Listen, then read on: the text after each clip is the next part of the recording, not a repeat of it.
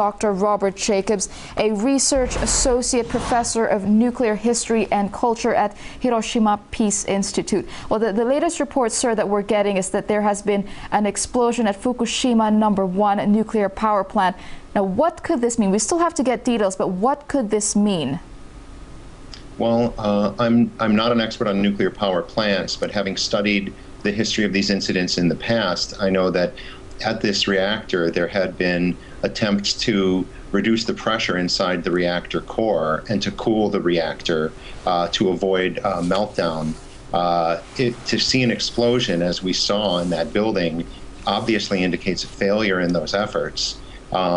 Clearly, the situation in this reactor is not under control if there's an explosion of that sort that blows the building apart.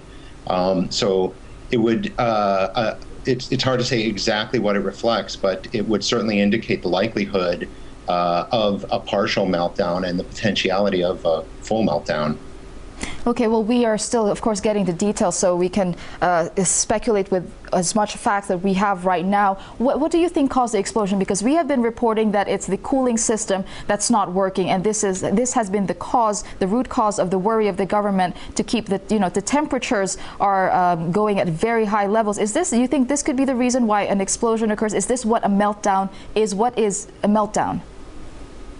Well, a meltdown is in order to keep the fuel of a nuclear power plant cool, that fuel is cooled with water. The heat of the reactor rods will boil that water, and that will escape as steam, which will be somewhat radioactive.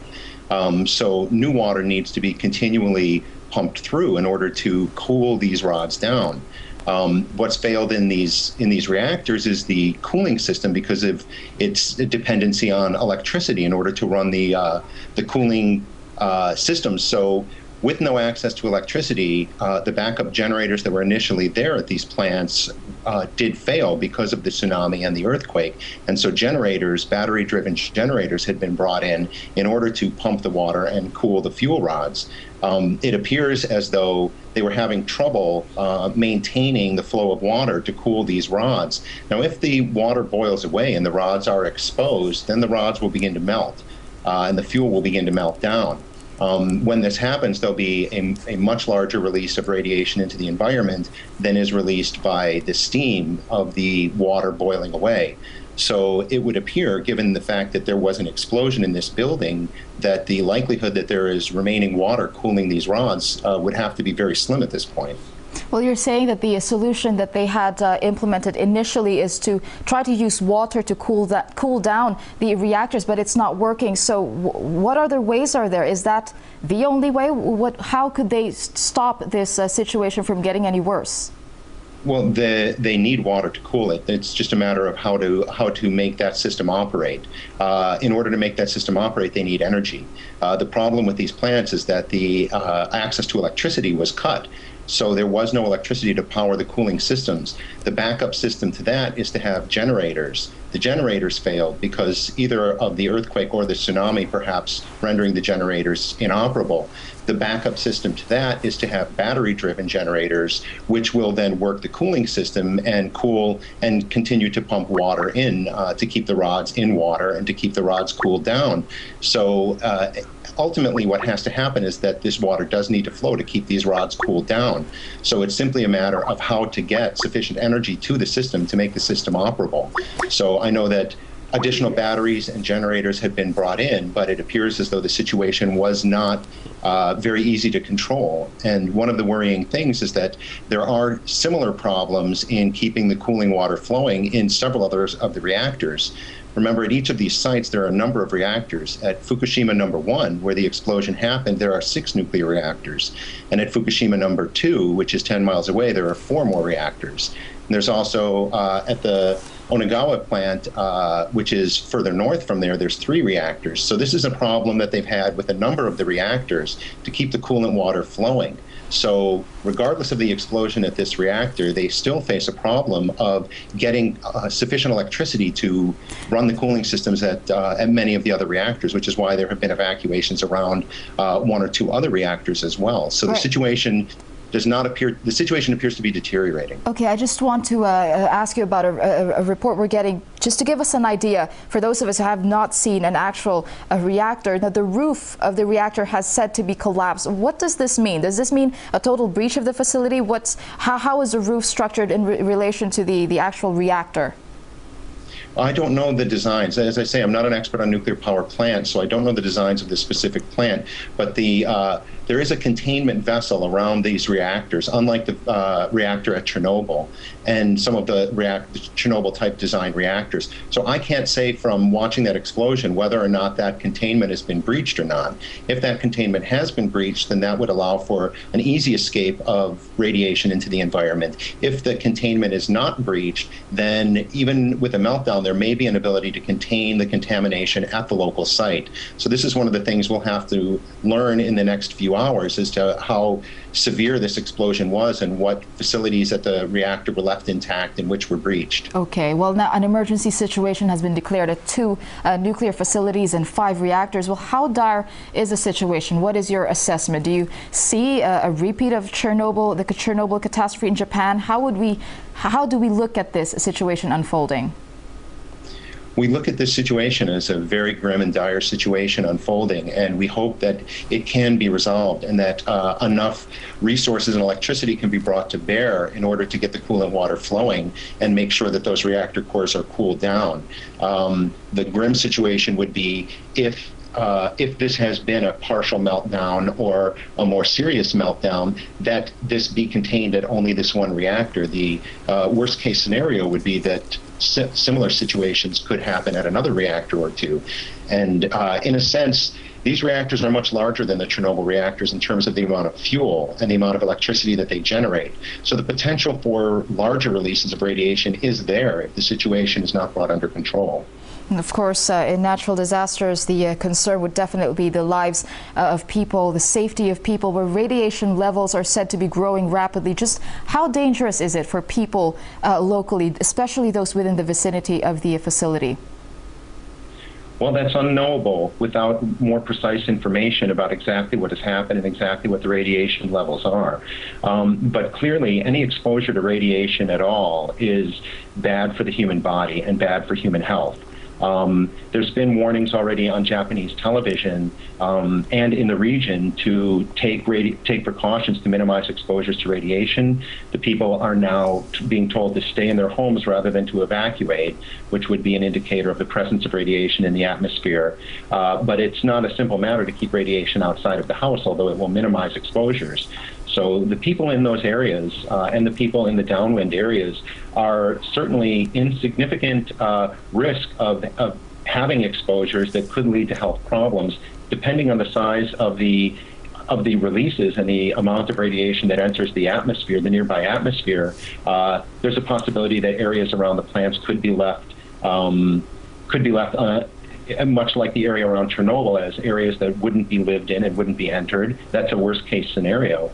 If that's the case, to contain that area into as small an area as possible is the goal. So people in those areas should follow the guidances of the government officials, but they should definitely take steps to minimize their exposures in any way to radiation. Okay, but what about people, well, the rest of the world for that matter? We've seen, going back again to Chernobyl, it's the effect of the radiation spread for miles. What about in the case of Japan? Do we see that spreading for miles? You were mentioning a downwind. How would that affect the rest of the world? Well, if there's a significant release of radiation into the atmosphere, that can easily go into the upper atmosphere and then spread in the upper atmosphere around the globe.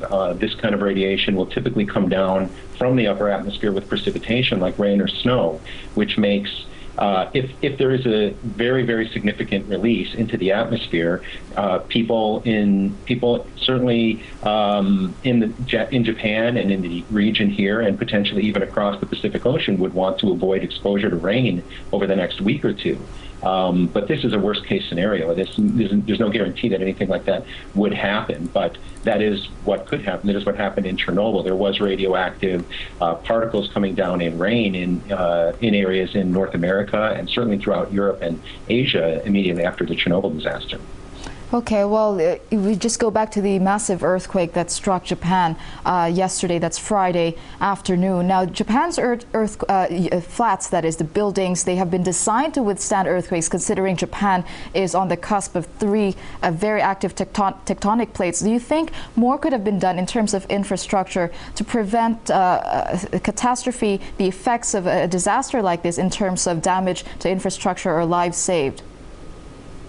Well, certainly it's easy to say that more could be done, but there is no upward threshold to that dilemma. For example, there may have been a 9-point earthquake. You know, it's possible that there could be a 10-point earthquake. So it's impossible to design these plants to an unlimited level of safety. Given that, they're always subject to natural disasters, in which case the stress put on the plant by the disasters exceeds the design of the plants themselves.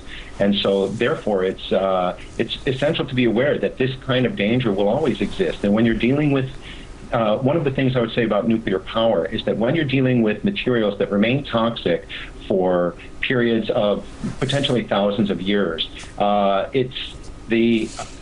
the dangers are significant, and the dangers need to be understood over a long period of time, and not just in the short term in terms of generating electricity. So while more could be done, certainly there's no point you could reach where you would say that a plant is now beyond the possibility of damage from natural disasters. There's always that potential. Okay, well, just allow me to pick your brain here a little. We know that Japan, again, as I mentioned earlier, is within the ring of fire, the massive tectonic plates, so they are very prone to earthquakes. We all know that. But, you know, building nuclear power plants, was that putting the country at risk, knowing that earthquakes occur frequently in Japan? Was that too much of a risk to have nuclear power plants in the country? Well, in my judgment, I believe it's too much of a risk to have nuclear power plants anywhere.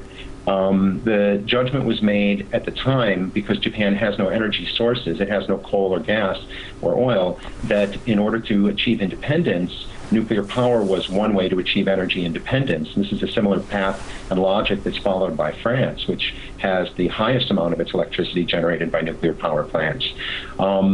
In living in an earthquake zone, no matter what you put there, there's a danger, of course, that there could be explosions. There could be explosions at coal-generated plants. So there's always this danger. One of the reasons that I'm opposed to nuclear power is because these dangers then entail toxins and poisons which far outlive the damage of explosions or the kinds of incidents that can happen when there's an earthquake. You find that the trauma and the health threat will last far beyond the incident itself. So to me, it's an especially serious danger that would preclude putting nuclear power plants in earthquake zones. But I would say that for similar reasons, there's argument against putting them anywhere. Okay, well, just a bit more information. You kept mentioning the health effects of very high levels of radiation on the population. Just in layman's terms, what are these effects? Cancer comes to mind. What are the effects of very high levels of radiation? There's increased risk of cancers. There's increased risk of immune disorder diseases. There's a variety of types of cancers that can be induced by exposures to radiation. There's certainly more health risks, although not being a health professional or an epidemiologist, I really couldn't describe them in more detail, so I don't want to misrepresent them. But I know that radiation exposures are typified by increased levels of cancer and immune disorders.